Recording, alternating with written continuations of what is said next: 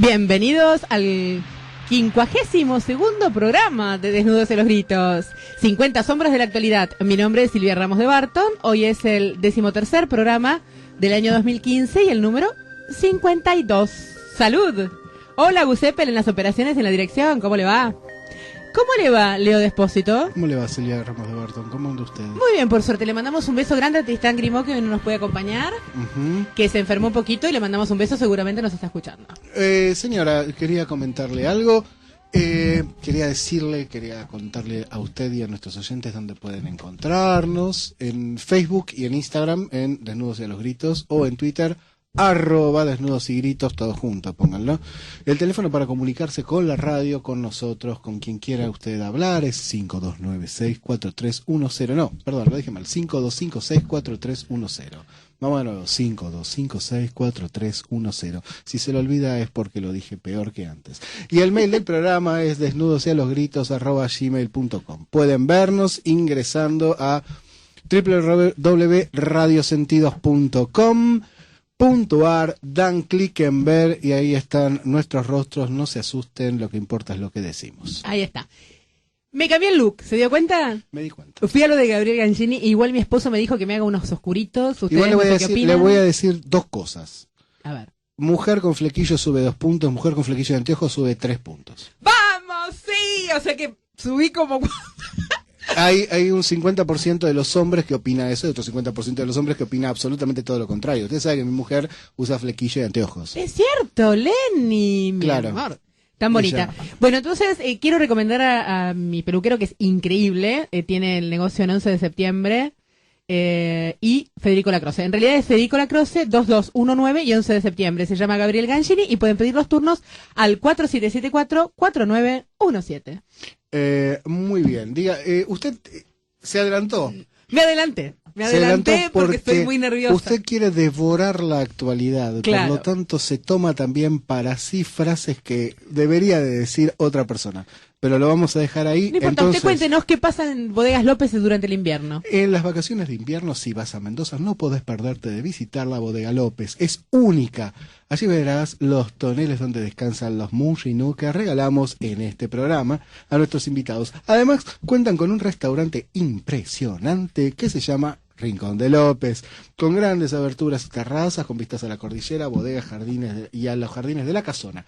En cada fecha especial, como Día del Padre, Día de la Madre, Día de los Enamorados, cumpleaños, bar mitzvah, etcétera, fechas patrias, Rincón de López propone diferentes opciones gastronómicas acompañadas de un entorno ambientado según la ocasión, convirtiendo su espacio en el ideal para festejar y agasajar a sus comensales. También puede realizar distintos eventos empresariales, sociales y cenas privadas con una capacidad para hasta 80 personas sentadas. Igual le voy a decir, es un lugar para una cena con una señorita, con la esposa, romántica, velas, cena, almuerzo con amigos.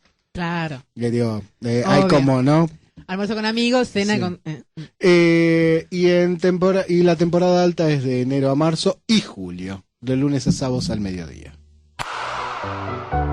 Bodegas López cumple 117 años comercializando en la Argentina sus vinos clásicos. Mongenó, Yatovie, Rincón Famoso, López, sus varietales Casona López y Cero y sus deliciosos espumosos Mongenó y López. Bodega López, desde 1898.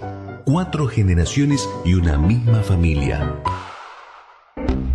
Muy bien. Y ahora cuéntenos, por favor, Leo Despósito, ¿qué novedades hay con respecto a los cursos que dictamos en general? Los cursos en general de la señora Barton. La señora Barton es una extraordinaria docente para cosas que, aunque uno lo pueda creer, hay muchísima gente que intenta conocer, ¿no? Porque el mundo es ancho y ajeno y nosotros queremos que sea menos ancho y menos ajeno.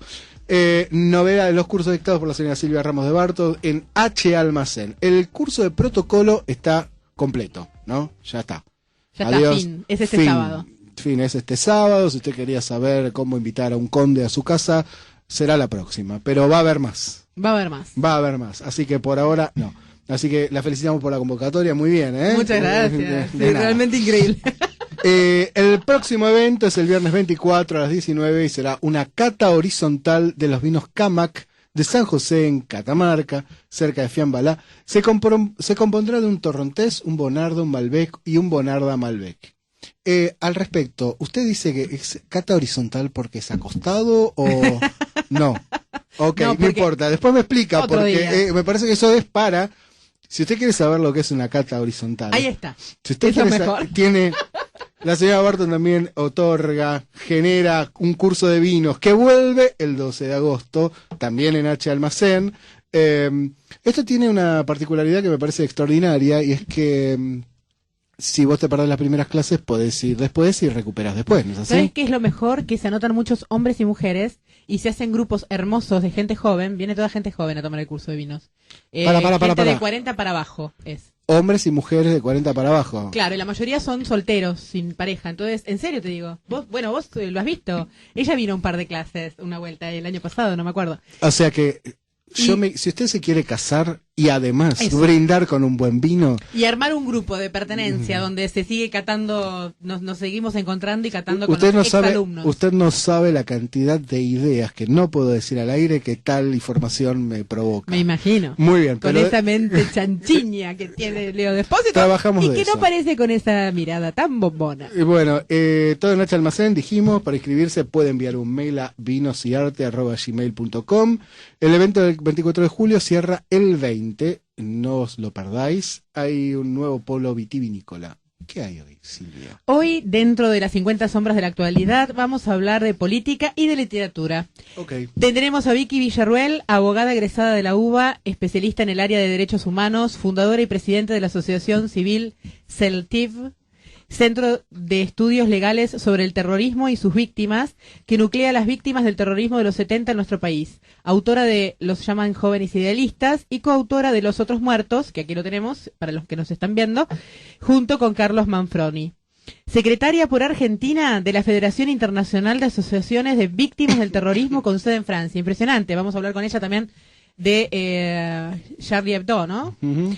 Pero bueno, ya volveremos, vamos a tener a Pietro Sorba en un momento, de invitado vamos a tener a Christoph Kriwonis también, por lo cual vamos a volver al Mundo No Gourmet a tocar pinceladas para los oyentes del Mundo Gourmet que nos están escuchando, porque hay un montón, son muchísimos. Quizás es la mitad de la audiencia. Muy bien, entonces vamos a escuchar a Andrés Calamaro, pasemos a otro tema y venimos con Vicky Villarruel. No quiero hablar de eso, la casa está vacía y fría, la ropa en el pasillo me da la razón, ella me abandonó, ella es tan formal que nunca me va a perdonar, mejor no hablar de eso, pasemos a otro tema. Bueno, estamos con Vicky Villarruel, entonces es doctora, porque es abogada, egresada de la UBA, y digamos, se ha dedicado a al tema de los... ¿Cómo lo podríamos explicar? ¿Cómo podríamos englobar a lo que vos te has dedicado, Vicky? Bueno, yo trabajo en lo que es la causa de las víctimas del terrorismo para lograr el reconocimiento de sus derechos humanos en la República Argentina. En nuestro país, las víctimas que fueron agredidas por Montoneros y el ERP, principalmente en la década del 70, no gozan de sus derechos a la verdad, a la justicia y a la reparación. No cuentan con ningún tipo de reconocimiento. Por esa razón, en el año 2006 creamos una asociación civil que las nuclea, y que hizo un trabajo que nosotros considerábamos que era, si querés, básico y el más importante para poder hablar de las víctimas del terrorismo con propiedad, que fue construir la lista de víctimas que fueron agredidas por el terrorismo en nuestro país. Es decir, quiénes habían sido los ciudadanos argentinos y extranjeros que habían sido asesinados, secuestrados, heridos, que sufrieron robos, a los que les volaron sus casas con bombas, los que se tuvieron que exiliar del país por amenazas, etcétera, etcétera. Y toda esta lista, que nos llevó 5 largos años del trabajo de un equipo de voluntarios que en nuestra asociación se dedicó a relevar, exclusivamente material público. Material público que constaba de 4 diarios nacionales, La Nación, Clarín, Crónica y La Prensa, desde el año 69 al 79, y se los relevó en forma completa a la búsqueda de las víctimas del terrorismo, es decir, de aquellos ciudadanos que hubieran sido agredidos y que eso hubiera sido informado por los diarios. Esa información de diarios, son más de 16.000 ediciones de diarios que se fotografiaron y se relevaron, se complementó con las ediciones de Evita Montonera, que era el órgano de prensa de Montoneros, y de Estrella Roja, que era el órgano de prensa del ERP, Ejército Revolucionario del Pueblo.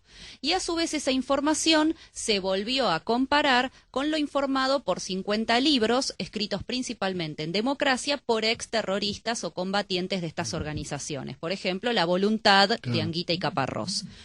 Toda esta información se depuró, se auditó y se siguió el estándar internacional para caratular quién es víctima del terrorismo y quién no. Por eso vos en la lista vas a encontrar una abrumadora mayoría de civiles, pero también vas a encontrar uniformados. Pero son uniformados que no estaban en situación de combate, es decir, que fueron agredidos en la intimidad de sus hogares, o cuando estaban desarmados, o rodeados de sus familias, o en una situación en la cual no estaban combatiendo, y por ende no estaban alertas para repeler un atentado. Dos cosas. Primera, básica. ¿Cuántas víctimas estaba viendo en el libro? La segunda parte es la lista de víctimas, que es enorme, una cantidad de páginas enorme. ¿Cuántas víctimas? ¿Cuál es el número? Bueno, la cantidad de víctimas totales, es decir, de todos los delitos cometidos que nosotros tenemos debidamente documentadas. En realidad las víctimas nosotros sabemos que son más, pero como no se utilizó información estatal, es decir, nosotros no utilizamos información ni de las Fuerzas Armadas, ni de la Secretaría de Inteligencia, ni del Poder Judicial, la cifra es mayor. La cifra base que nosotros tenemos documentada es 17.382 personas que fueron directamente agredidas por el terrorismo, es decir, personas a las cuales a su vez les tenés que agregar el grupo familiar.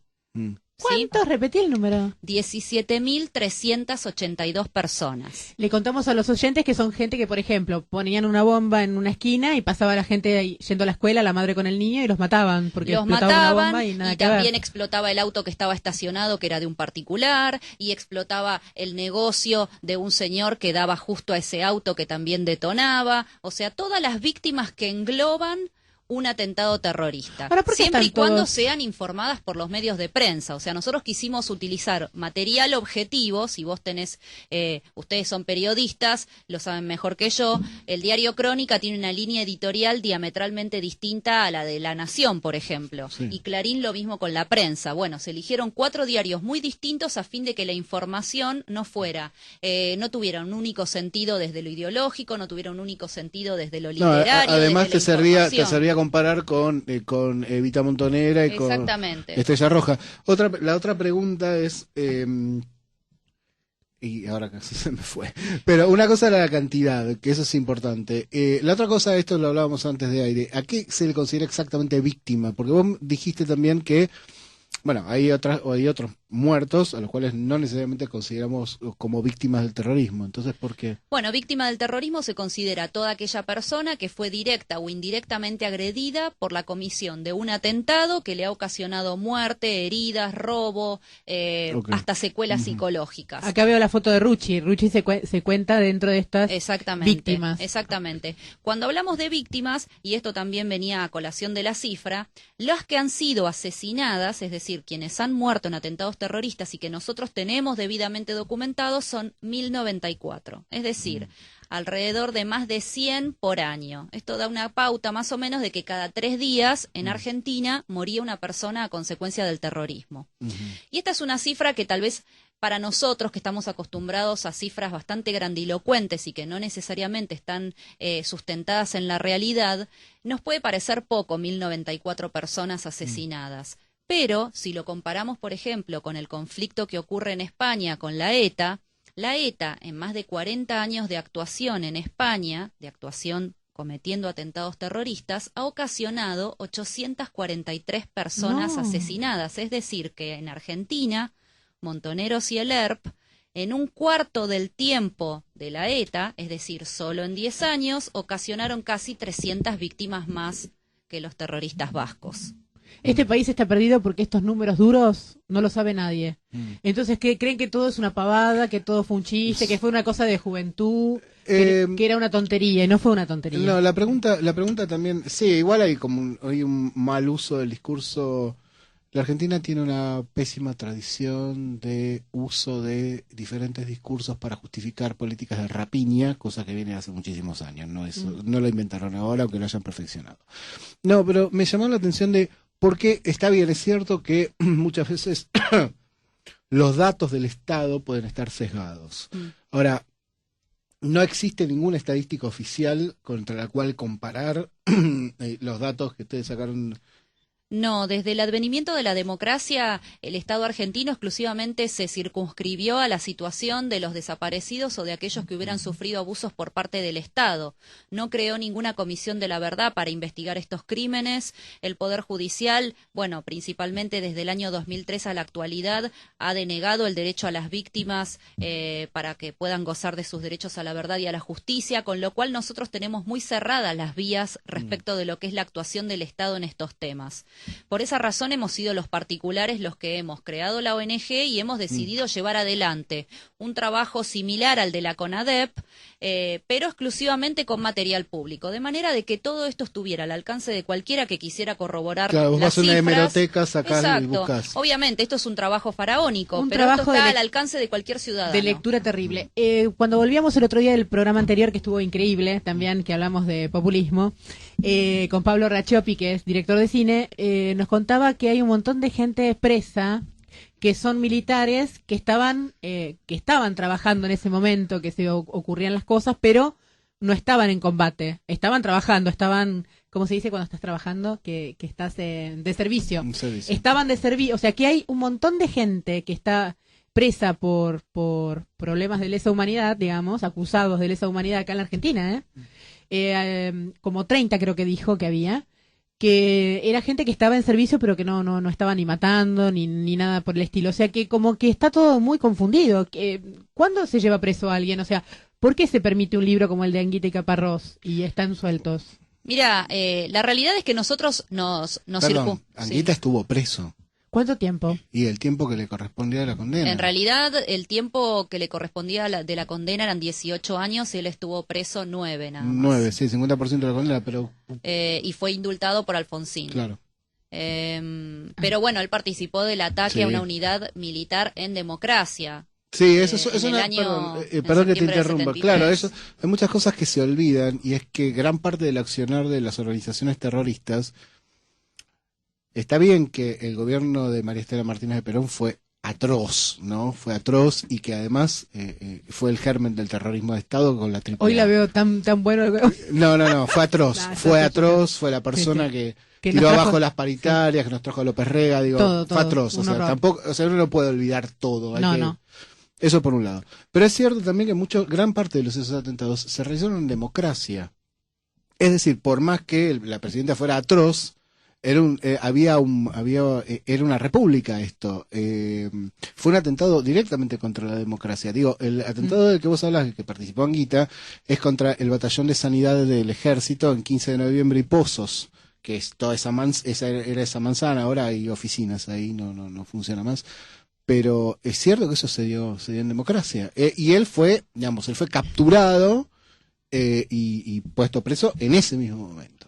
Bueno, una de las si querés, de los mitos que el libro logra destronar en cierta manera es que los combatientes de las organizaciones que cometieron actos de terrorismo como Montoneros, SERP, FARC, etcétera, en realidad luchaban contra una dictadura. Eso no es verdad, y eso lo contradicen las mismas cifras de víctimas que hay, porque la mayoría de las víctimas proporcionalmente son ocasionadas en los 3 años de democracia de toda la década del 70, con lo cual vos encontrás que la mayor cantidad de víctimas se dio en el menor periodo de tiempo, que justo era el tiempo democrático. Incluso menos tiempo, porque la mayoría se dan. Perdón, me causa un poco de gracia.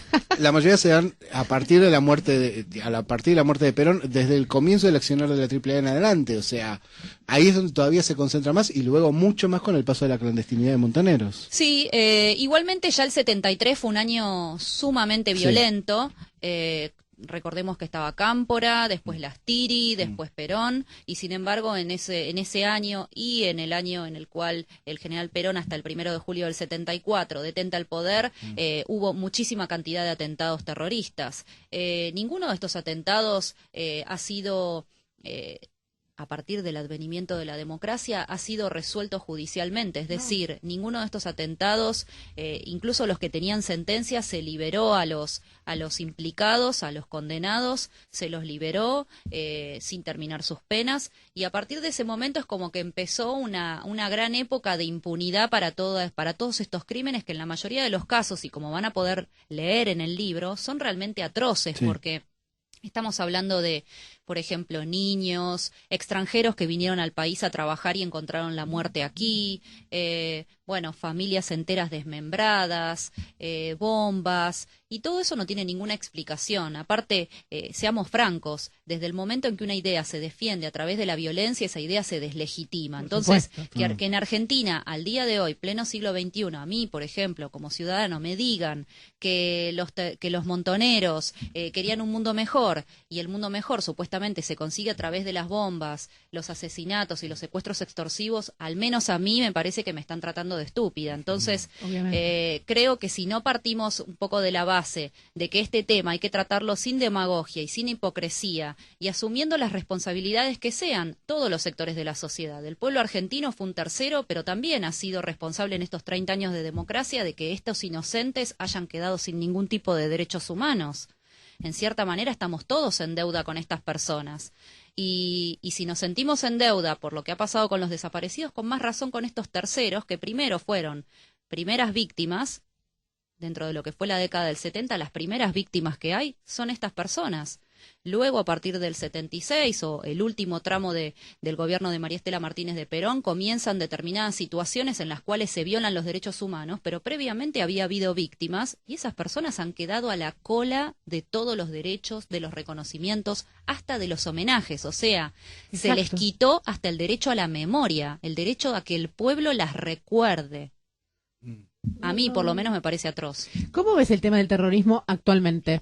Por ejemplo, con lo de Charlie Hebdo y todo lo que está pasando en el mundo con el ISIS y todo eso. Vos activás en una institución que tiene que ver con Francia, ¿no? En asociaciones de víctimas de terrorismo con sede en Francia. Sos la secretaria por Argentina de la Federación Internacional de Asociaciones de Víctimas. Esta federación nuclea a todas las ONGs, a las principales ONGs de víctimas de la ETA, de las Torres Gemelas, de las FARC, el IRA en Irlanda,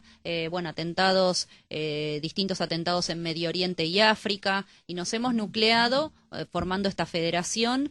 Lógicamente hoy el terrorismo para una persona que no está en estos temas está representada por lo que pasó en las Torres Gemelas o lo que pasa actualmente con ISIS, pero en muchos países del mundo ha habido terrorismo de tipo local, como ocurrió en nuestro país o como ocurrió en Irlanda o la FARC en Colombia, y ha dependido de los distintos países cómo se han resuelto estas situaciones. En el caso puntual de Argentina, somos uno de los países que está en peor situación. Es decir, sus víctimas no cuentan con ningún tipo de reconocimiento. Estamos al mismo nivel de países africanos en el tema de las víctimas del terrorismo. Con lo cual, cuando hablamos de que en Argentina estamos a la vanguardia de los derechos humanos, yo me planteo, ¿vanguardia de qué? Porque yo diría que estamos a la vanguardia de la involución en los derechos humanos. Y respecto de lo que ocurre en el resto del mundo, el terrorismo tiene una importancia capital. Los países se preparan para analizar cómo se va a combatir este flagelo en el cual el terrorista está inmerso, está mimetizado entre la población. Por esa razón, todo lo que tiene que ver con la protección de sus víctimas o la protección de la población civil es fundamental y es una prioridad en la mayoría de los estados. En Argentina, desgraciadamente, no ocurre así, y no solamente con las víctimas del terrorismo de la década del 70, sino también lo hemos podido ver con las víctimas de la AMIA, que ven cómo constantemente la causa judicial es manoseada y cómo se termina acordando hasta con Irán. Con lo cual, la situación en Argentina es sinceramente muy complicada en este tema. Yo creo que cuando se habla de las víctimas del terrorismo de Estado en la Argentina, lo que sucedió y lo que sucede con este gobierno en particular es que era un tema resuelto y que era fácil hacer propaganda con ese tema. Digamos, después del juicio de las juntas y después del indulto de Menem, digamos, era un tema que mal o bien se había resuelto en la Argentina y que tendía a que eso pudiera cerrarse de una buena vez. Entonces, claro, no había quien pudiera protestar. ¿Quién podía protestar sobre eso? O sea, se había transformado en una bandera, digamos, de acuerdo nacional en cierto punto, entonces nadie podía protestar y no se avanzó nunca hacia otros lugares. Yo considero, digamos, yo tengo 47 años, nací en el 68, por lo tanto, y vivía en una zona que estaba llena de sindicatos. Cuando era muy chico yo le tenía miedo a las tormentas, y cada vez que escuchaba una explosión mi papá me tranquilizaba diciendo, no te preocupes, es una bomba, porque estallaban todas, tenía sindicato de la alimentación, el textiles, etcétera, muy cerca. No, yo no le tenía miedo a las bombas, le tenía miedo a los truenos, o sea, ese era mi Yo le problema. tengo miedo a todo lo violento. Ahora, lo que es increíble es que esa década, o sea, que un chico de 5 años en 1973 pensara eso, formó toda una cierta mentalidad que no permite, que te muestra el grado de caos que había. Es una década que nadie quiere revisar. Porque me parece que todos no, y que cuando la revisan, la revisan mal. Por eso ahora vamos a ir a una pausa. No la revisan mal, la revisan interesadamente. Para su bien, digamos. Pero quiero ir a una pausa y con esta pregunta. A nivel internacional, ¿no se ha llegado a una ley internacional, tipo una convención que diga, bueno, si sos terrorista, listo, vas de por vida a la cárcel, tipo a Guantánamo, un lugar donde nada, no sé, cualquier lugar que en medio de una isla, en la isla Friendship? Siempre exageras un poco, pero está bien. Pero digamos. una cosa, entiendo o sea, eso, entiendo vamos el con concepto. esa pregunta que ya lo debe saber y vamos a escuchar Everybody Knows de Leonard Cohen. ¿Y saben quién musicalizó hoy? Aarón Danchorena en Twitter. Everybody knows the fight was fixed. The poor stay poor, the rich get rich. That's how it goes. Everybody knows. Seguimos en Desnudos y de los Gritos. Nuestro teléfono es 5256-4310 por si nos quieren llamar. Seguimos con Vicky Villarroel y la pregunta que habíamos dejado antes del corte era: ¿no hay una convención internacional para poner una ley, digamos, que acuse o que lleve preso a los terroristas que hacen daño de todas las razas, de todos los colores, no importa? No, actualmente no hay todavía una convención internacional que condene al terrorismo en forma uniforme porque no hay acuerdo entre los distintos países respecto de qué es terrorismo. Es decir, acuerdan en los conceptos o en las cuestiones más básicas, pero actualmente la definición de terrorismo está frenada por los países de Medio Oriente, muchos de los cuales lógicamente tienen grupos u organizaciones terroristas que actúan libremente en sus estados. Entonces, por esa razón no hay acuerdo todavía. Igualmente nosotros hemos siempre propugnado que es necesario tener una convención que en específico hable de esto, porque este es un flagelo de tipo moderno que va a continuar de ahora en más y que además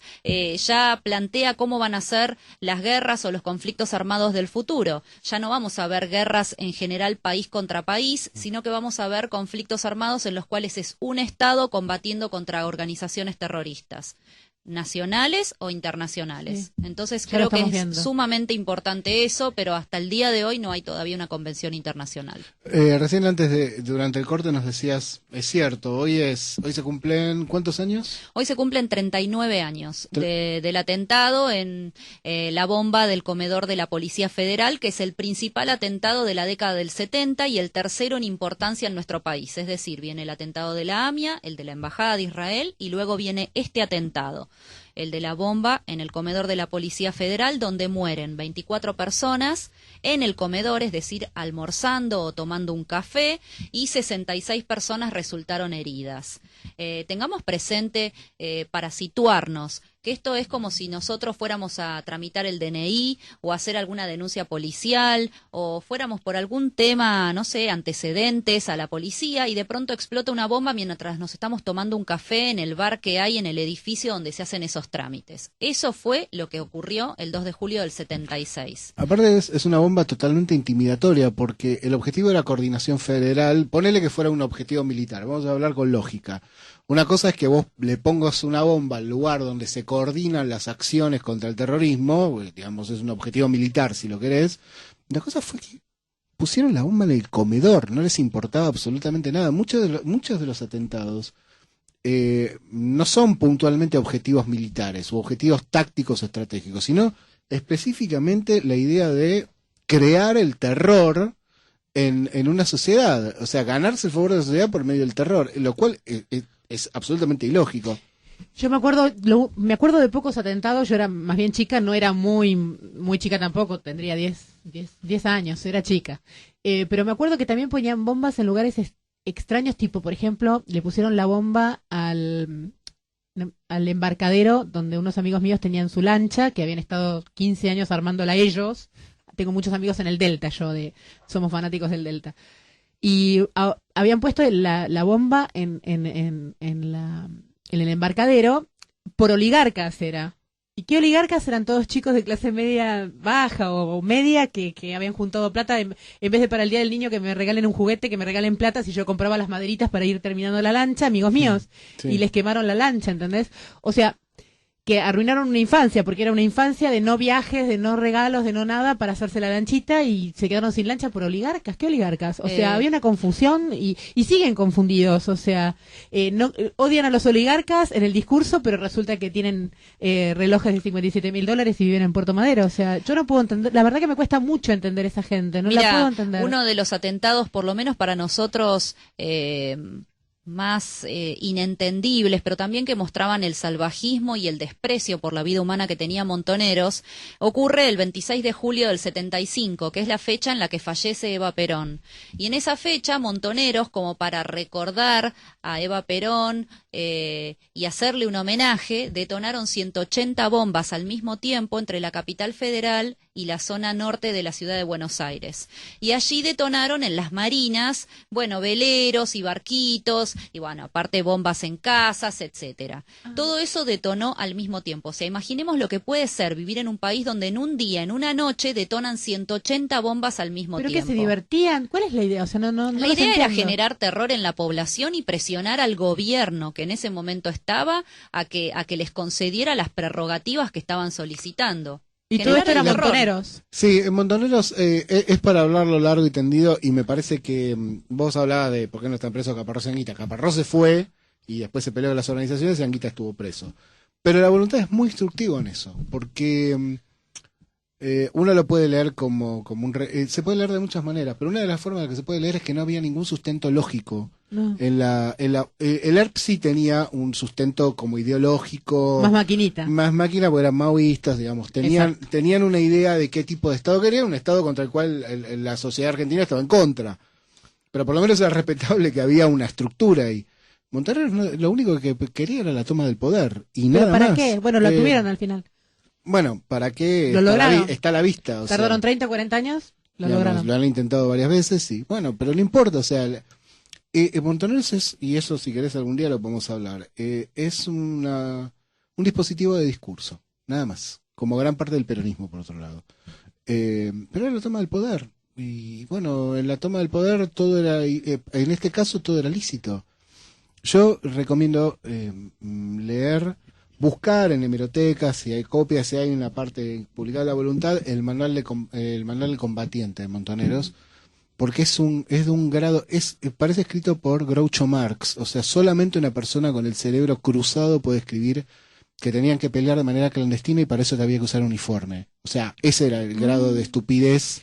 Quiero hablar con vos sobre algo, Leo Despósito, Ok. que sos crítico de cine, y con vos también, que seguramente la viste. Se estrenó ahora 2 o 3 años una película que se llama Infancia Clandestina. Yo la fui a ver, me encantó Sí. la película, y para mí es una crítica hacia los montoneros. No, y no sin es una embargo, crítica. todos los críticos y toda la opinión pública dijeron, ay, no, es re a favor, que es tipo K, es una película... No, es, No me pareció una película K. no, yo te voy a decir lo que pienso como crítico de cine. A mí la película me gustó, ideológicamente me parece deplorable, pero cinematográficamente me parece bien. ¿Pero qué es lo Tiene que ves de separa- deplorable? No, espera. No veo. Lo que sucede con la película es que vos la lees bien, la película. La película está contada con una sinceridad absoluta. La escena clave es cuando Natalia Oreiro le dice a su madre, que la interpreta Cristina Vanegas, ella le dice, ¿qué querés que tu hijo termine como vos? Como que termine como yo, que decilo, que somos guerrilleros. Guerrilleros, porque realmente eran guerrilleros, o sea, los tipos se dedicaban a la guerrilla urbana, a matar gente en guerrilla urbana, y la película reivindica absolutamente lo que pensaban los padres del director, que son los que, digamos, está basado en una historia casi real, ¿no? Tiene algunos elementos de ficción. Pero lo que es importante de la película es que dice lo que el discurso oficial del kirchnerismo pretende ocultar. Cuando lo llama jóvenes idealistas, la señorita escribió un libro que se llama así, lo llaman jóvenes idealistas, en realidad están tratando de disfrazar una verdad, o sea, porque, claro, ¿quién puede ir contra un joven idealista? Un Parece que tiene una significación positiva decir joven idealista. Bueno, Adolf Hitler también era un joven idealista, y Mao Zedong también era un joven idealista, y Genghis Khan era un joven idealista. O sea, digo, para el caso no tiene nada que ver eso. Lo que no se dice es la palabra guerrilleros. Y yo lo que te puedo decir es que cuando la película se presentó en Cannes, se presentó fuera de concurso en función especial, entonces la entonces directora del Instituto Nacional de Cines y Artes Audiovisuales, Liliana Masure, que fue combatiente de Montoneros, fue además dirigente de Montoneros, después hizo mucho dinero en Suecia, dedicándose a la impresión. Porque los montoneros iban mucho a Suecia, escapaban. Sí, no, porque cualquier cantidad hay ahí. Porque en Suecia los tomaba. Los tomó, sí. Te conocí varios, como exiliados políticos, sí. claro, como perseguidos políticos. Ajá. Es un estatuto que tiene Suecia, digamos. Ellos lo aprovecharon. Liliana Masure, cuando ve la película, bueno, primero se toma una recepción, celebra la película, etcétera. Cuando ve la película se puso blanca, porque decían finalmente la palabra guerrilleros. Es una palabra que está prohibida en la vulgata del discurso de este gobierno. Mirá qué interesante esto que estamos hablando. Y vos me decías qué es lo que le vieron. Sí, es una película que es tan a favor de Montoneros, que se les vuelve en contra. ¿De qué se trata tu libro Jóvenes Idealistas, Vicky Villarruel? Lo llaman Jóvenes Idealistas, es un libro que vendría a ser un resumen de lo que fue en la década del 70 desde la visión de una víctima, y entonces es un libro muy gráfico. Todos los temas tienen fotos, infografías, se pueden ver las armas que fabricaban los montoneros, o sea, tiene mucho trabajo desde lo gráfico y desde lo visual, porque lo que nos interesaba era que la gente pudiera ver las fotos de los edificios explotados por las bombas, las fotos con las caras de las víctimas. Para mí creo que es fundamental cuando la historia se borra y no se la difunde ni en la escuela, ni en la educación, ni en los homenajes, bueno, por lo menos ver. Entonces el libro es un libro gráfico que relata lo que ocurrió en aquella época.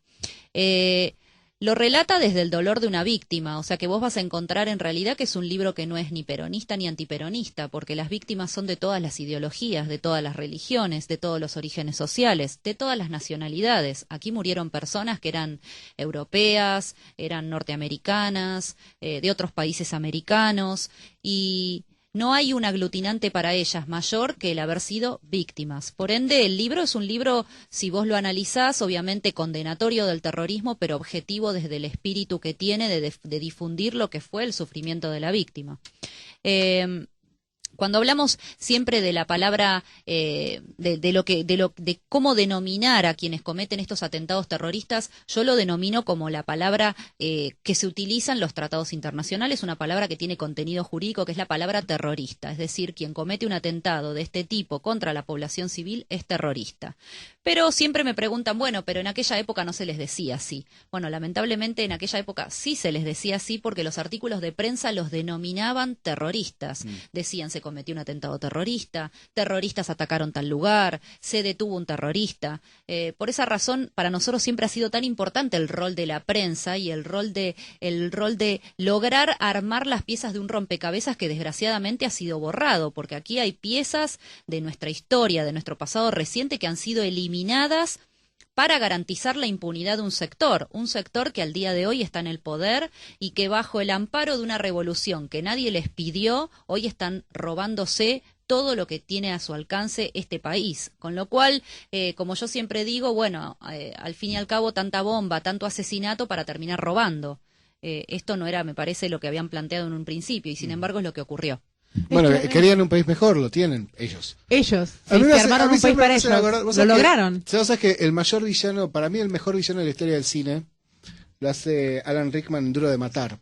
¿Te acuerdas de Duro de Matar? ¿Cómo era? Sí, y a la en Duro de Matar, ellos entran como terroristas, sí, hacen demandas, fingen que piden la libertad de presos políticos de todo el mundo, y en realidad lo que quieren es afanarse unos bonos de deuda al portador. Exacto. Que son 300 millones de dólares que están en una bóveda. Exacto. Y me acuerdo que la mujer del héroe, que la interpreta Bonnie Bedelia, le dice, pero al final usted era un vulgar ladrón, y no.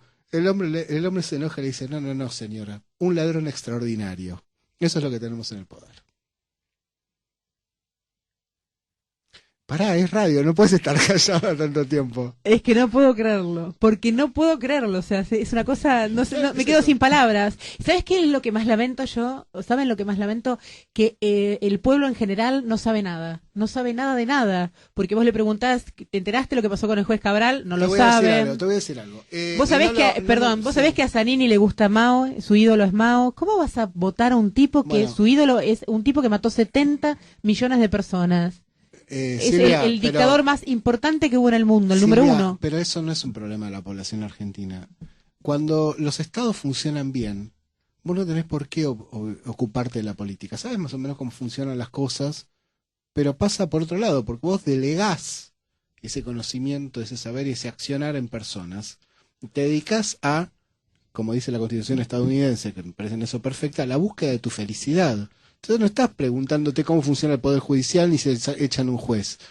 Es al revés. Es tal el grado de descuido, de crimen y de disolución de la República al que ha llegado el Estado argentino después de 30 años, porque esto es el final de un largo proceso, que hoy la gente por lo menos escuchó hablar de un juez, que había un problema con un juez. A la larga eso vuelve y la sociedad se termina equilibrando. El problema es a quién se lleva puesto antes del equilibrio. Y aparte que ya van 12 años, por ejemplo, ¿no? Ya van mucho más de 12 años. Van muchos más. Muchos más. Esto no empezó con... Yo nunca fui feliz políticamente en la Argentina. Tengo 49 años, no. Nunca lo fui. No fui feliz con Perón porque no me gustaba, después con los militares mucho menos, y después vino todo... Con Alfonsín fui feliz un tiempo. Como todos. Todos fuimos felices un rato con Alfonsín, pero después nada, porque no soporto las injusticias. O sea, hay gente que tiene que estar presa.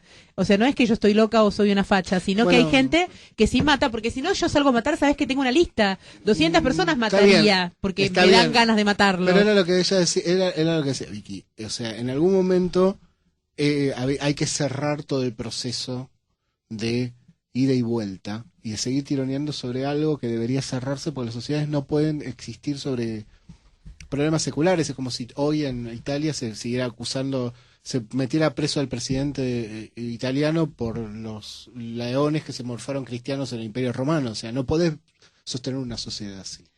Obviamente esto se tiene que cerrar. El tema es que esto se había cerrado después del gobierno de Menem, cuando se otorgaron las reparaciones, que valga la redundancia, esto se le pagó, se dieron las indemnizaciones exclusivamente a aquellos que habían sufrido abusos por parte del Estado. Ninguna de estas víctimas fue indemnizada. No así las víctimas de la AAA. Las víctimas de la AAA sí fueron indemnizadas. Entonces acá hay una diferenciación. Si a vos te asesinó un terrorista de derecha, listo, estás indemnizado. Si te asesinó un terrorista de izquierda, no. Vos vas y vos pasás a ser un huérfano en tu propio país. Entonces, pero esto se había cerrado, con mucha injusticia para estas víctimas, pero se había cerrado y la mayoría de ellas con mucha magnanimidad lo habían ofrecido como un sacrificio para la continuidad de nuestra nación. Ahora, ¿qué sucede? Cuando en el año 2003 Néstor Kirchner comienza a reabrir todo esto, otra vez, muchas víctimas a partir de ese momento empiezan no solamente a sentir el terror y el dolor que sintieron en aquella época, sino además a experimentar enfermedades producto de lo que se vivía en este país. Incluso ha habido suicidios a partir del gobierno de los Kirchner en muchas familias de víctimas. Y cuando vos ves esto como víctima, decís, bueno, evidentemente lo que pasó antes, que en donde a mí me dejaron totalmente fuera de todo, donde no me otorgaron mis derechos, no sirvió para nada. Entonces voy a reclamar mis derechos. Y esa es la razón por la cual nosotros estamos luchando, para que estas personas sean reconocidas. Entonces este tema debe ser cerrado, pero debe ser cerrado con verdad, justicia y reparación. Si esto sigue siendo cerrado exclusivamente, haciendo responsable a los mismos de siempre, es decir, a los militares, los terroristas nunca figuran en el mapa. Las víctimas de los terroristas obviamente nunca existieron porque nadie las agredió. Se mataron solas, se pusieron las bombas solas. Y los únicos inocentes y víctimas son aquellos que formaron parte de las organizaciones armadas y que fueron agredidos por el Estado, o aquellos que fueron desaparecidos. Entonces definitivamente no se va a cerrar y este tema va a seguir por los siglos de los siglos. Ahora, Yo considero que este tema debe ser cerrado con el reconocimiento de los derechos y debe ser cerrado también a nivel moral, es decir, nosotros tenemos que como sociedad discutir este tema porque es inmoral considerar que una persona que puso bombas nosotros la aceptemos como funcionario y consideremos que esta persona puede dirigir el destino de nuestra nación. O sea, que una persona que agredió a la población en los 70, cuando era joven, luego, de grande, llegue al poder, tenga la suma del poder público y decida sobre nosotros, a mí, discúlpeme, pero me parece aberrante. Es como poner a un violador en un hogar de chicas y decirle, hacé lo que quieras, que tenés garantía para todo. Y eso es lo que está pasando en nuestro país.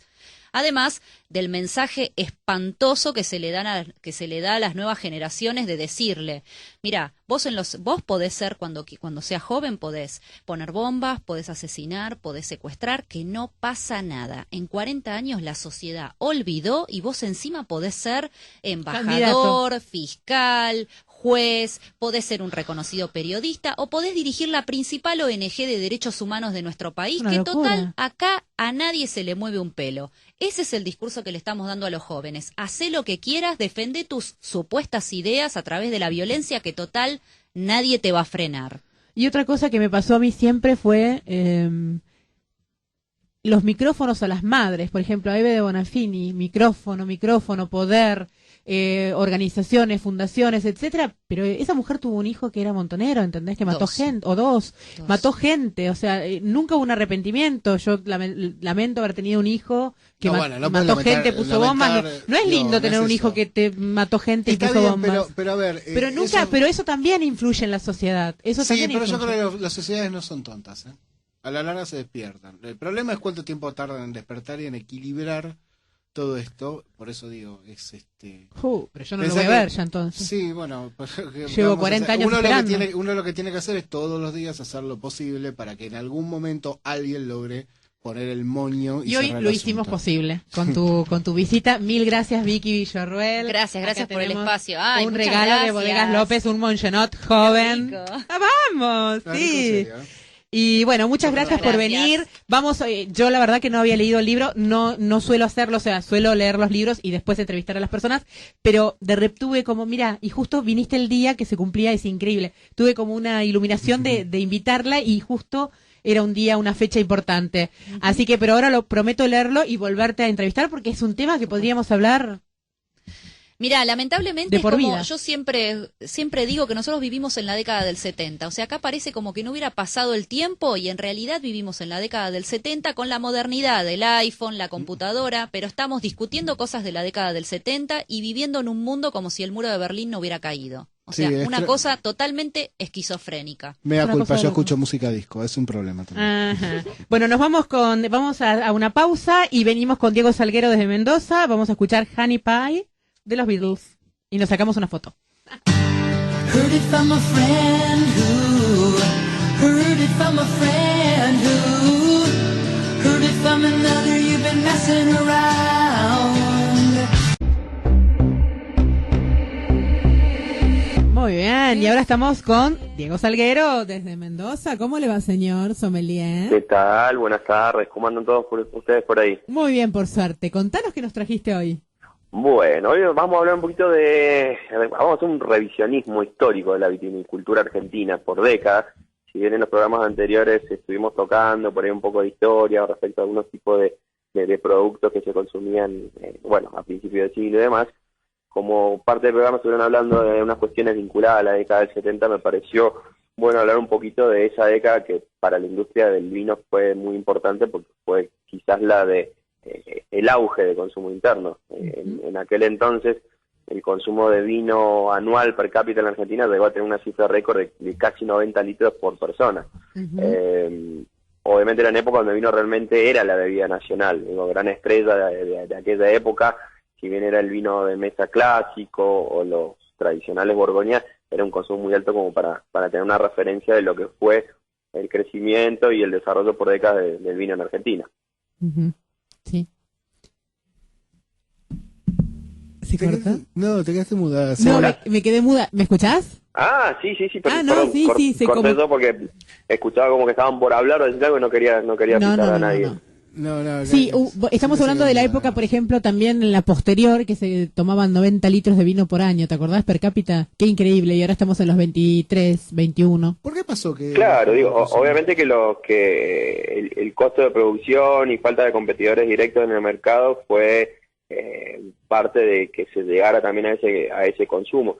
Incluso lo diferente que tiene la tendencia, un poco lo que vos decís, los volúmenes que se consumen hoy en día, también son diferentes las zonas de donde provenía esa uva para la elaboración. Una zona que hoy está un poquito quizás denostada, como la zona este, era la zona de mayor esplendor. Para que se referencien un poco la zona este de mendocino, eran los departamentos de San Martín, Junín, Rivadavia, parte de Maipú, quizás algunos valles de baja altura también en San Juan y Rioja, que son hoy los que proveen la mayor cantidad de uva para producción de vino de mesa. Acá Leo pregunta por qué se bajó tanto el consumo de 90 litros per cápita a 21 que estamos ahora, y la respuesta es porque con el problema que hubo con las damajuanas, ese fue un problema terrible, y la reconversión también. Sí, en la reconversión de viñedos, a ver, el auge también tuvo que ver un poco del resto de las bebidas que con su marketing y con su publicidad empezaron a aparecer.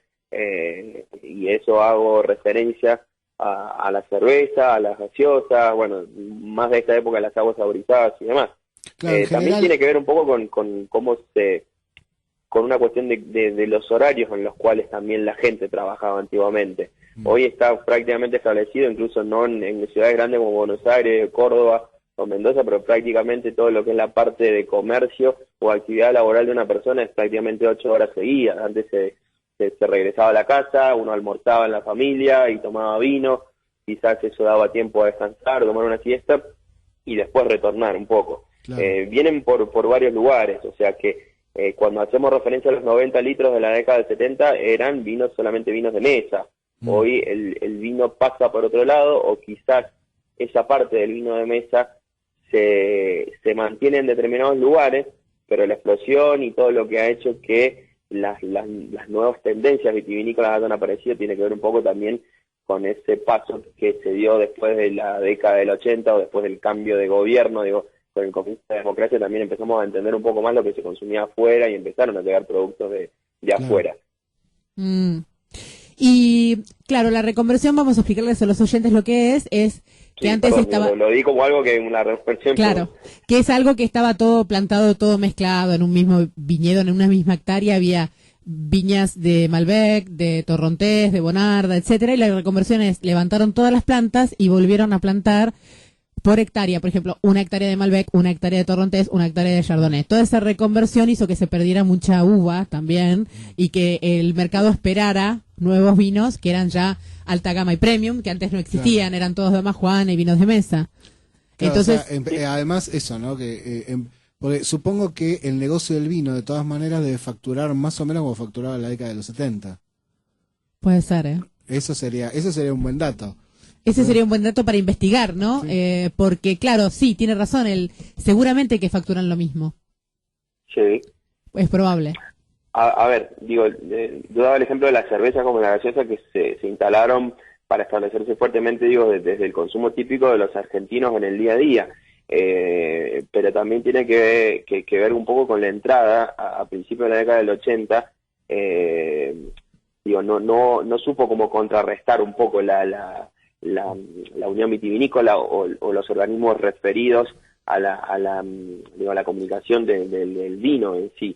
Como que también fue un fuerte impacto desde el punto de vista del marketing que hizo que en ese momento, y por una cuestión de calidad, tampoco se fomentara el consumo, y en ese sentido es como una cuestión que a partir de la década del 80 la apertura internacional de la vitivinicultura argentina también cambia. Claro. Empezaron también a llegar enólogos de renombre internacional que, sumado a lo que explicaba recién Silvia, ayudaron a este tema de la reconversión.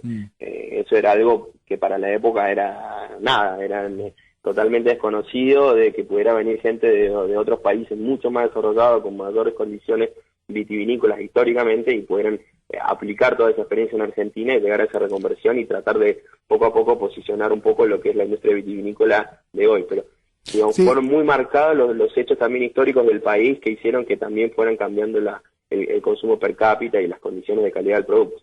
Claro. No, yo, la verdad que me llama siempre me llamaba la atención. Yo sabía cuando era chico, todos sabíamos que los vinos que había vinos argentinos que eran extraordinarios. Pero claro, no los veía jamás. No sabías qué vinos era porque a mí me mandaban a comprar el Recero Blanco para la mesa familiar. O sea que eso era el lujo supremo. Pero es cierto, y ahora es como que es exactamente al revés, digamos, el consumo de vino de mesa. Es cierto que ha bajado. También ha bajado el consumo de alcohol en general. Se consumen otro tipo de alcoholes y no necesariamente... es cierto. Algo que decía también Silvia, que lo estaba escuchando recién en el programa, hablaban un poco que... El alcohol no forma parte, digamos. Sí, Diego.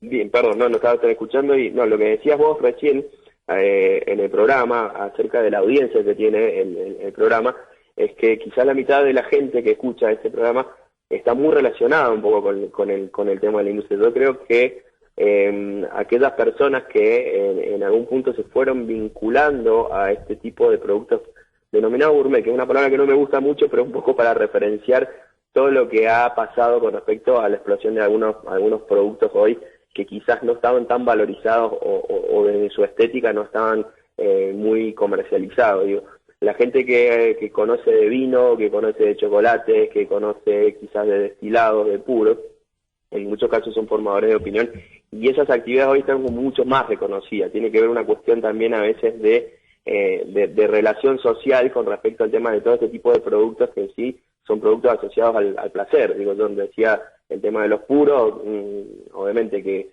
cada vez están más restringidos los espacios físicos como para que una persona pueda fumar y demás, pero son productos que históricamente estaban asociados al placer y estaban asociados a la alta gama, o que nadie podía acceder a un puro, no podía acceder a un determinado vino y demás. Yo creo que no era una cuestión de precio, sino más que nada también una cuestión de conocer en profundidad cada uno de estos productos que hoy quizás para alguna gente siguen siendo cuestiones de culto o poco conocidas, pero en definitiva nacen al disfrute diario. Tal cual. Bueno, muchas gracias, Diego. El jueves que viene gracias. Es feriado y no, creo que no. A ver, Giuseppe, en las operaciones, ¿venimos? No venimos. Así que tenemos libre el 9 de julio a brindar, a comer locro, chocolate a la tarde, todo. Tenemos descanso. Me parece muy bien y bueno, me sumo a la otra próxima semana ya con Argentina campeón de América. Vamos, sí, para el 16. Para el sábado. Muy bien, y ahora vamos a una pausa y vamos a escuchar Take It on the Run de Rio Speedwagon. Hoy entonces musicalizó Aarón Danchorena.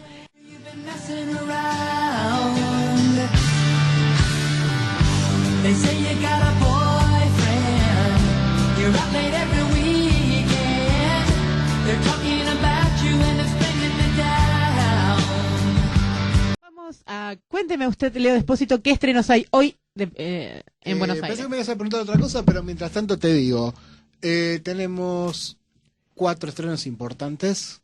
Una es Minions, que es una película para niños. Bueno, para niños, en realidad no es una película para niños, es para todo el mundo. Otra es, hay dos estrenos argentinos muy importantes, que son Placer y Martirio de José Celestino Campuzano y La vida de alguien de Ezequiel Acuña, que son 2 películas que yo recomiendo fervorosamente ir a ver, son 2 cosas muy distintas. Te recomiendo Placer y Martirio, que no te va a gustar igual del todo, porque no estás, como vos decís, bien filmada, pero que está bien. Con Silvia tenemos ciertas diferencias respecto de lo que es buen y mal cine, pero bueno, porque tenemos formaciones muy diferentes, pero que deberías ver. Y se estrena Socios por Accidente 2. Ah, no me la pierdo. Que es la que Silvia sí va a ir a ver. No, que yo les diría, o sea, jamás...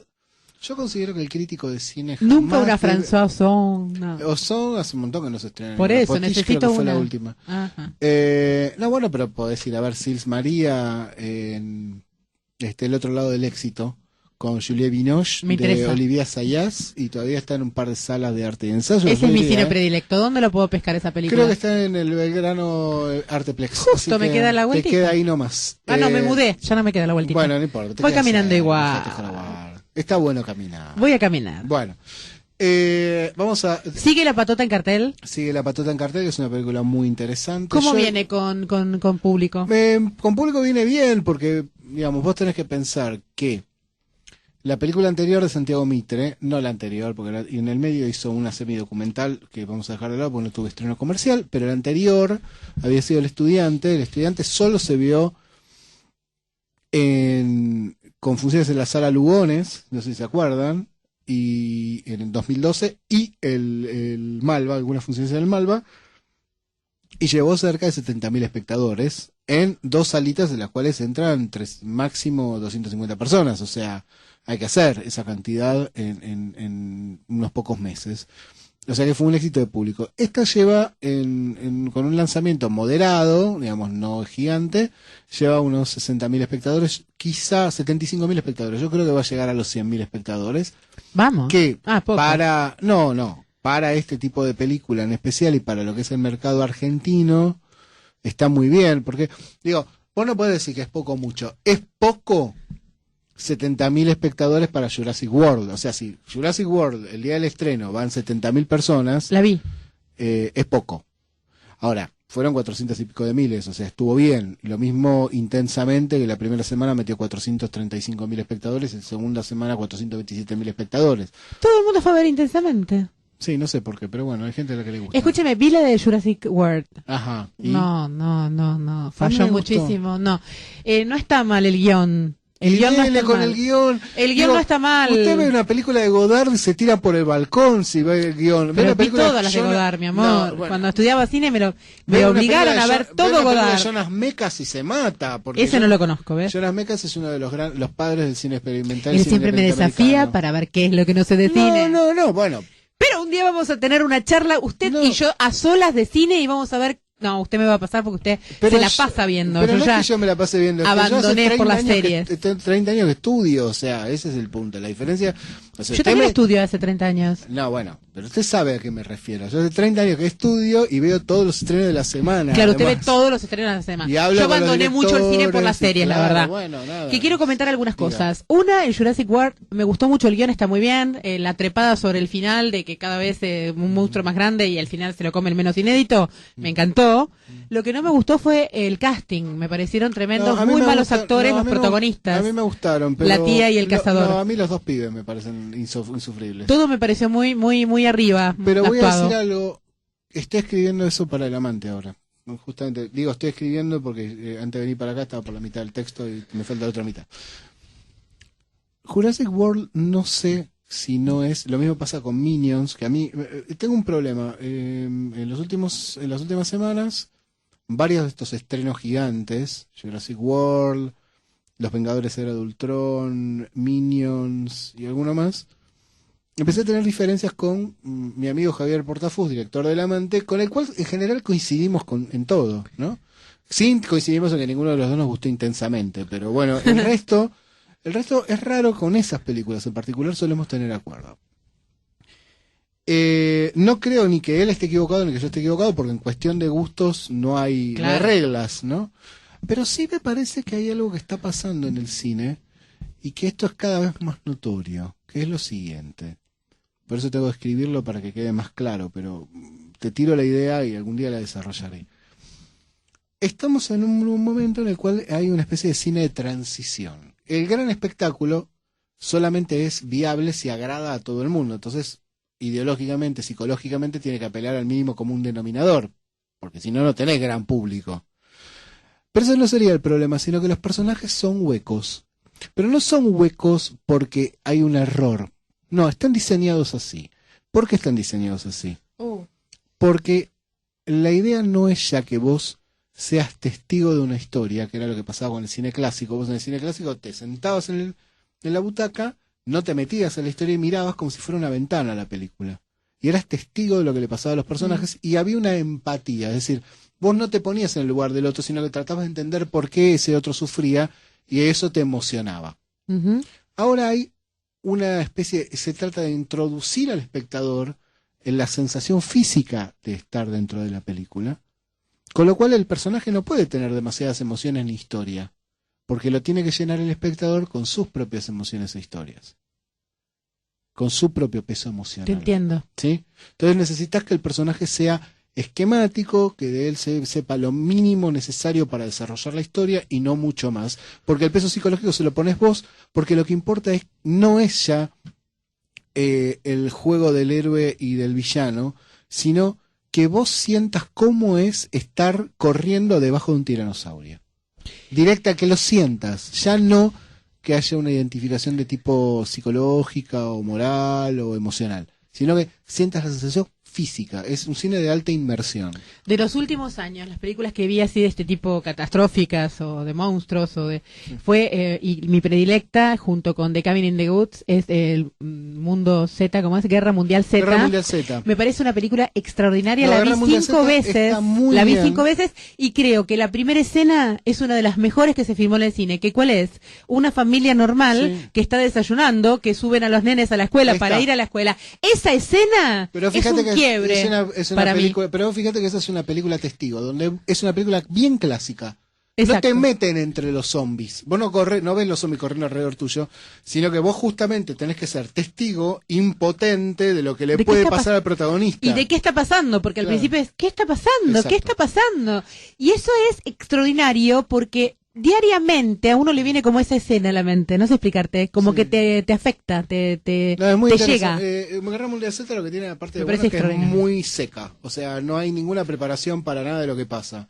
Viene la familia en el auto y de pronto ven que estalla algo por ahí y un tipo les trata de les rompe el parabrisas con la cabeza. O sea, todo pasa de manera muy seca, sin preparación, como pasa en la vida cotidiana. Exactamente. Sí, y eso me pareció un logro increíble. Eso estamos de acuerdo. Me llamó la atención que no tuviera nominaciones al Oscar.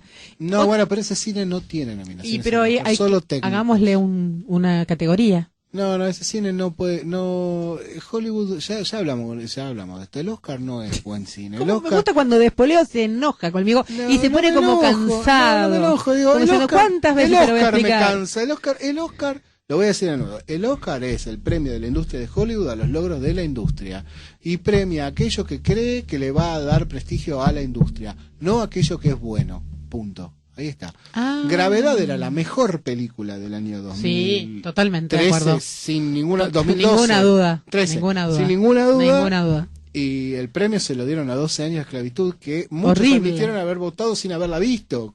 Horrible, una película horrible. Una película que es puro cine, Horrible. que solamente es posible en el cine gran espectáculo y con todos los elementos de la técnica, es como Gravedad. Che, ¿sabes qué? Perdón, voy a cambiar de tema, así, rápidamente, y te voy... Más temas para hablar también. Sí, pensé que me ibas a preguntar por post-porno. Vamos a hablar de posporno. ¿Qué pasó ayer en la Mirá Facultad que- de mirá que Ciencias estás hace Sociales? 5 minutos, ¿Qué les pasa a los sociólogos? ¿Qué pasa con Pablo Moret? No pudimos volver a conectar. No pudimos. Está con una ¿Ves cómo tablet es? y su dispositivo ¿Ves cómo no permite es? salir al aire. ¿Ves cómo es? Bueno, Bueno, en fin. cuénteme Vamos a qué ver. pasa con la Facultad de Ciencias Vamos a empezar Sociales por y el las principio escenas y lo vamos a porno. decir bien rápido. El posporno no es pornografía. La diferencia entre la pornografía y lo que se llama posporno, que es un movimiento muy proteico que tiene muchas cosas adentro, es que la pornografía está hecha para excitar los sentidos del espectador. Así como la comedia está hecha para que vos te rías, o el terror está hecho para que vos tengas miedo, el cine porno está hecho para que vos tengas excitación sexual física. Mientras lo Justo ves, hablamos de ¿sí? los temas que más me interesan, el sexo. Todos mis amigos que me escuchan siempre Hoy me dicen, hablamos de política, todos los de días cine y de hablamos de sexo. sexo, sí. Ok. Pero el sexo siempre está. Un homenaje para Silvia Ramos de Barton. Ahí Bueno, está. el posporno es un movimiento muy laxo, donde hay porno feminista, porno ecologista. Hay una película horrible, yo la vi, horrible porque te hace mal verla, pero en realidad es muy interesante, se llama de una tal Anne Sprinkle, que ella y su novia, que no es precisamente una dechada no es una modelo, hacen el amor con la tierra ¿Mm? y con los árboles. Y What? con las plantas y con los peces. Es un poco rara la película, pero es extraña. Eso es posporno, o sea, la idea de a través de la imagen sexual mostrar lo que hay alrededor y tratar de romper los lugares comunes de eso que hay alrededor. Pero no tiene como objeto excitar al espectador. Entonces, digamos, ¿Desagradar? no necesariamente desagradar, quizá chocarlo, quizás sí a hacerlo agradar y mostrarle qué otras cosas rodean el acto sexual, pero no necesariamente focalizar en el acto sexual. Y muchas veces discutir los límites de la pornografía. A veces hay obras que son evidentemente paródicas o satíricas de la pornografía dentro del postporno. No conocía el movimiento postporno. Es una cosa nueva para mí. Feminista, ultrafeminista, y hay ultrafeministas y feministas light. Dentro de eso, digamos, hay mucha discusión teórica. Por supuesto que estas son todas ideas mucho más interesantes de lo que se ponen en práctica. Lo que pasó ayer y en general también está muy ligado a la performance, o sea, no algo que se registra, sino algo que sucede en el momento. El arte de la performance hay que discutirlo bastante también, si es arte o no. Es sin guión. Porque, bueno, el guión, ya dijimos, el guión es una herramienta que puede utilizarse o no, pero no solamente en el cine, digamos, también en la performance. La performance justamente no tiene guión, es parte de tratar de reproducir el efecto instantáneo de una situación X, muchas veces ficticia. ¿Sí? Exactamente. Lo que yo opino respecto de lo que pasó ayer, que en una de las dependencias de la Facultad de Ciencias Sociales, en la sede de Constitución, una pareja hizo una performance post-porno en el hall de entrada por la noche. Hay 3 cosas que están mal de entrada en eso. La primera, que el espacio de la universidad es un espacio público y por lo tanto no está restringido, aunque sea a las 11 de la noche que vos lo hagan, no es que un menor no puede pasar por ahí. Un menor, un niño, o sea, si estaba la señora de la limpieza que se dijo, bueno, un niño sale a laburar y sale a las 10:30 de la noche, el nene dice, oye, mira mamá, ese señor le está metiendo algo en la cosa a la mujer. Por ejemplo, ¿sí? Un micrófono, que era lo que pasaba. No sé si no eran 2 mujeres inclusive, ¿no? 2 mujeres, ok. Bueno. Listo. Y no importa. No muy agradables ellas físicamente. Tampoco importa si son agradables. Es importante. O sea, no se puede hacer No, porque Estoy loca, lo que importa es lo que vos ves. Primero eso. En arte, ¿sabes cómo se llama eso? Instalación, lo que hicieron. Sí, no, pero fue una performance porque no es una instalación, porque la instalación es fija. O sea, mejor dicho, no hay actores, no hay personas que estén, no interviene, puede intervenir el azar si hay algo de movimiento en la instalación, pero, digamos, esto fue una performance, o sea, fueron 2 personas que hicieron un acto teatralizado de alguna manera y se fueron. Por eso no es una instalación. Pero bueno, 2 mujeres punk, lesbics. Es muy lábil digo, si eso lo hacen gratuitamente en un museo público o en la Usina del Arte o en el Centro Cultural Recoleta, Kirchner, iba a decir, para para no decir todo el pro, advirtiendo que los menores de edad no pueden entrar, no hay ningún problema en que lo hagan, y me parece interesante incluso porque permite discutir el estatuto del porno, del sexo, del cuerpo, de las ideas, bla, bla, bla, bla. Ahora, en la Universidad de Buenos Aires, en la Facultad de Ciencias Sociales, en un espacio público, sin advertencia alguna a ningún espectador que pueda llegar a ser herido en su sensibilidad por las imágenes. Por eso es que nosotros calificamos las películas en la Argentina, porque bueno, el espectador tiene que saber que puede ver cosas que no le pueden gustar, pueden no gustarle. Está mal. El problema no es ni moral, ni estético, ni nada. El problema es que vos tenés que cuidar al público. Si vos pagás una entrada para verlo, no hay problema. Si vos vas gratis a un lugar y te advierten que puede pasar algo que te puede herir tu sensibilidad, y vos vas, no te podés quejar, y está muy bien que sea así. Si lo avala el Estado, o sea, si el Estado dice, no, a mí me interesa que se explore todo esto, entonces lo voy a hacer en un museo público, con entrada gratuita, también está bien. Porque bueno, es una política de tratar de pensar esas cosas. Pero compulsivamente en un espacio público donde puede, a cualquier hora y sin advertencia, no, eso está mal. Tengo tremendamente mal, horrible, y encima las chicas eran feas, lo siento. Si hubieran sido Sharon Stone, disculpame, pero hubiera sido otro tenor. La discusión hubiera sido distinta, ¿sí o no, Gustavo Eppel? Diga la verdad. Si era Sharon Stone cruzándose de piernas y yo, ahí, cambia, pero encima las chicas no eran lindas. Silvia tiene una fantasía con Sharon Stone. Bueno, okay. No. Sí. Yo sí tengo que... No, Charlize Theron, que se dice Charlize No importa. Escuchen, hay dos cosas más que quiero que googlen, porque se nos fue el tiempo. Uno, la criatura que apareció en el mar en Rusia, que es como si fuera el perro de La historia sin fin, pero con pico de pato, es una cosa extrañísima, gigante, es una cosa real, búsquenlo, es impresionante, aparece un monstruo en Rusia, la número uno. La número dos es Ya que... estaba Putin, otro monstruo más. Hoy es el día de los ovnis. Hoy es el día de los ovnis y justo aparece un monstruo. Bueno, y lo segundo que quiero que vean es una máquina mató a un operario en Volkswagen y la periodista o sea, una máquina que era un robot, ¿verdad? Un robot mató a un operario en Volkswagen, así como que se reveló la máquina y lo mató, ¿entendés? Como las películas. ¿Y saben quién dio la noticia internacional? Una chica que se llama Sarah Connors. No, es en serio. Una chica del Financial Times. ¿No es impresionante? Es muy impresionante lo que me estás contando. Y les cuento una cosa más extraordinaria. Yo tengo 5 personas anotadas para el curso de protocolo con un apellido, vamos a poner que sea Pérez, no es Pérez, es un apellido raro. Tengo 5 personas con el apellido Pérez anotadas. Me mandan un mail al otro día y me dicen, ¿qué tal? Si lo llamo de tal empresa, quiero anotar a fulana de tal, Pérez. Entonces le digo, claro, seguramente viene del mismo lugar que los otros 5 Pérez que tengo anotados. O sea, tengo 7 Pérez, ¿me entendés?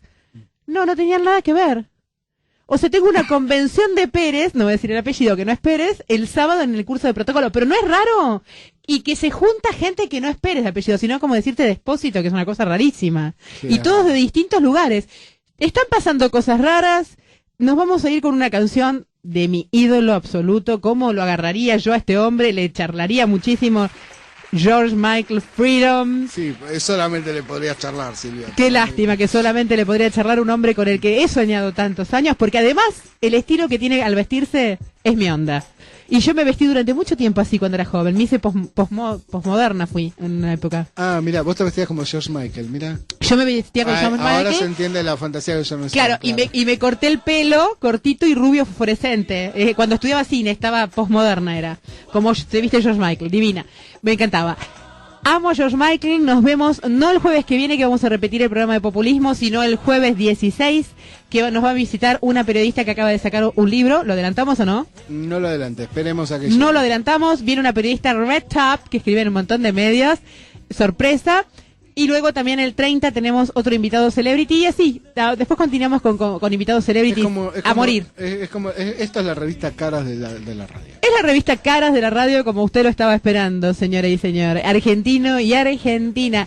Y bueno, felices votaciones el domingo y hasta el balotaje.